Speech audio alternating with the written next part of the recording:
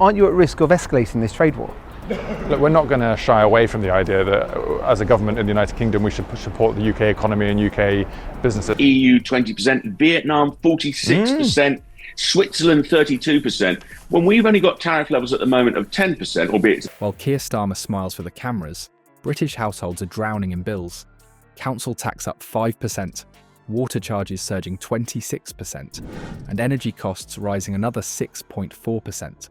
That's £253 more from your pocket this year alone. All while Labour ministers claim they're delivering on promises. Pressure on the public finances as a result, and a risk that we get a further round of tax increases and poorly targeted spending cuts later this month. Is this the most brazen political gaslighting we've ever seen? The same party that supported the reckless spending and money printing that got us into this mess now acts bewildered about how to fix it. Meanwhile, Nigel Farage has spotted an unexpected Brexit opportunity in Trump's trade war that Starmer seems determined to ignore. Before we move on, I'd like to ask you a small favour. If you appreciate this content, please take a second to like this video and subscribe to the channel. Over 98% of you watch the videos without subscribing. It costs you nothing, but it makes a huge difference to us. So, did you click the subscribe button? Great. Thank you so much. Now back to the video. Let's take a closer look at what's really happening with our household bills in 2024. Council tax has shot up by 5%, water bills are surging a staggering 26%, and energy costs are climbing another 6.4%. Add it all up, and the average British family is facing an extra £253 in annual expenses. Money that most simply don't have to spare in these difficult times. But if you listen to Labour ministers, you'd think they're our economic saviours. The messaging coming from Downing Street paints a picture that's completely disconnected from the reality facing millions across Britain. Slightly up. But there's no doubt that the economy is really struggling at the moment, and if there is growth, it's very feeble. In fact, media commentator Christo Fufa didn't mince words when he addressed this disconnect. I'm going to call it lies, but I'm also going to call it gaslighting.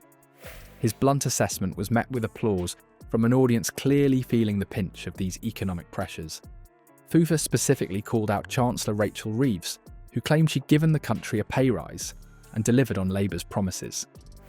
Nonsense, was his response. And he's got a point. How can the government claim to be putting more money in people's pockets when those same pockets are being emptied faster than ever by skyrocketing costs? I wonder why the economy's dead, but they keep taxing people and we don't have any money. And I think the same is going to go for companies come April when the national insurance hike kicks in. What's particularly troubling is how Labour's pre-election positioning contrasts so sharply with their post-election actions. Before gaining power, they supported expansive spending packages and quantitative easing policies, the very measures that contributed to our current inflation crisis. Now they're acting bewildered about how to fix the economic problems they helped create. The contradiction becomes even more glaring when we examine Labour's claim that they inherited an economic disaster. Fufa directly challenged this narrative by pointing out an inconvenient truth. Britain actually had the fastest growing economy in the G7 when Labour took office. This raises a serious question. Is the government deliberately misrepresenting the economic situation to lower expectations and excuse their inability to deliver on campaign promises? Public opinion polls show growing anger among voters who believed Labour would bring positive change, but are instead experiencing more financial pain. There's more bad news for UK Prime Minister Sir Keir Starmer. In the same week, an Ipsos poll found more than 50% of people feel disappointed. Many feel betrayed by what appears to be a classic bait and switch, promising relief during the campaign, then claiming the cupboard is bare once in power. So we're left wondering, is Labour genuinely confused about how to fix our economic problems? Or are they deliberately misleading the public? The evidence increasingly points to the latter, a calculated form of political gaslighting, where they claim to be solving problems while actually making them worse. Starmer's government claims they've inherited economic disaster with no solutions in sight. Yet when America hands Britain a golden ticket through preferential trade treatment, their response is bewildering. Trump has created a 10% tariff advantage for British goods over EU competitors. But instead of seizing this Brexit opportunity, Labour ministers express disappointment and regret. Their reaction reveals something far more troubling than economic incompetence. The numbers speak for themselves. President Trump's new tariff structure imposes just 10% duties on British exports, while slapping EU products with a hefty 20% tariff.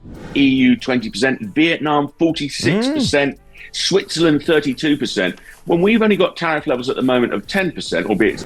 This differential creates an unprecedented competitive edge for UK businesses in the American market, precisely the kind of Brexit dividend that was promised. Nigel Farage immediately recognised the potential, declaring, "Let's do Brexit properly. Let's become more competitive than any other country in Europe."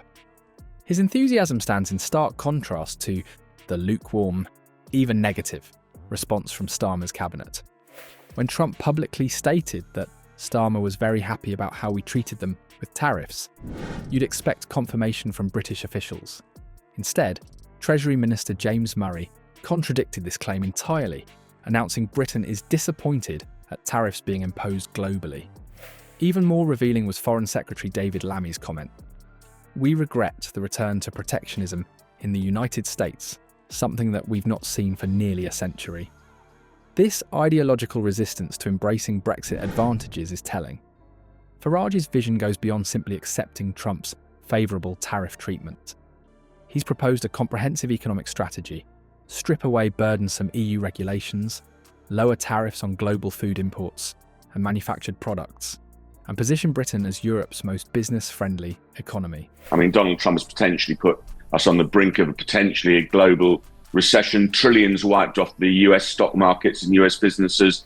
Economic modelling suggests this approach could boost average household income by thousands of pounds annually. Financial relief that would directly address the very cost of living pressures families are currently facing. Yet Starmer's government appears determined to maintain close regulatory alignment with Brussels.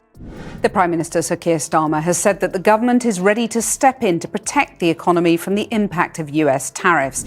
Their economic strategy documents make almost no mention of utilising Brexit freedoms to ease financial burdens on households. Instead, ministers repeatedly emphasise rebuilding ties and reducing friction with the EU, code for Brexit in name only. The pattern is becoming impossible to ignore. While claiming there's no money to help struggling families and blaming the previous administration for economic woes, Labour simultaneously rejects a clear opportunity to improve Britain's competitive position. Wages up, inflation down. Mr. Speaker, there's more to do. We're reforming planning and regulation, building the new homes that we need. And aren't you at risk of escalating this trade war?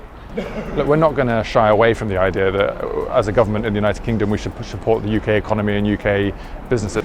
This isn't mere incompetence. It's a deliberate choice that prioritises ideological alignment with the EU over practical benefits for British citizens. So here we stand at the crossroads. While families across Britain drown in rising expenses, Starmer's government deliberately turns away from the lifeline of true Brexit independence. The choice couldn't be clearer. Farage's strategy offers a genuine path forward, removing outdated EU regulations and slashing global tariffs to create an economy that actually works for ordinary people. As he puts it, this Trump tariff situation could be a wake-up call for Britain to finally do Brexit properly and outcompete every European nation. The question now falls to you, the British voter. Will you accept Starmer's economic gaslighting, or demand leadership that embraces true sovereignty and the prosperity it promises?